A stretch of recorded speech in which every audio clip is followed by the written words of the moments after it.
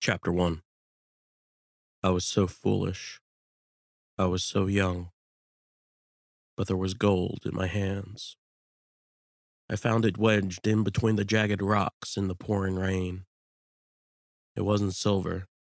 It wasn't copper or iron pyrite. It was gold. It was goddamn gold. I remembered its shine. It felt smooth like silk. It glistened and sung. I rushed back to the men. The rain slammed off my armor, but through it, I saw the fires of the other side, the Inca side. Their fires were strong and bright, and they whipped in the wind.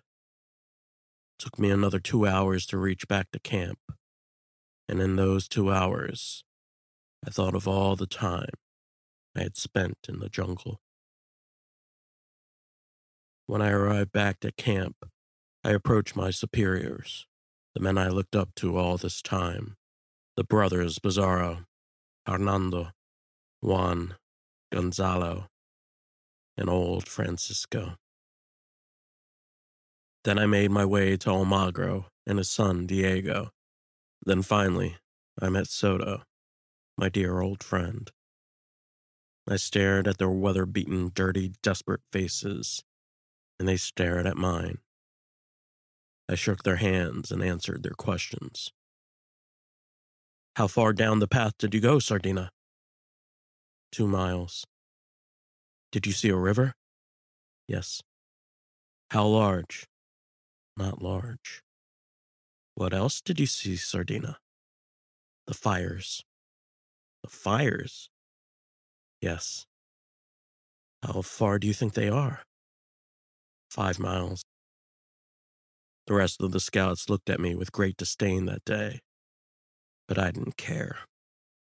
Because finally, the proof we needed was in my hands, and as Francisco approached me, he stood and sighed. But instead of a speech, he merely gave me a smile. It was a demented, familiar smile. It was pure and demonic, and I knew it well. During the night, I peered out into the distance. I saw the Inca fires from the other side of the hill.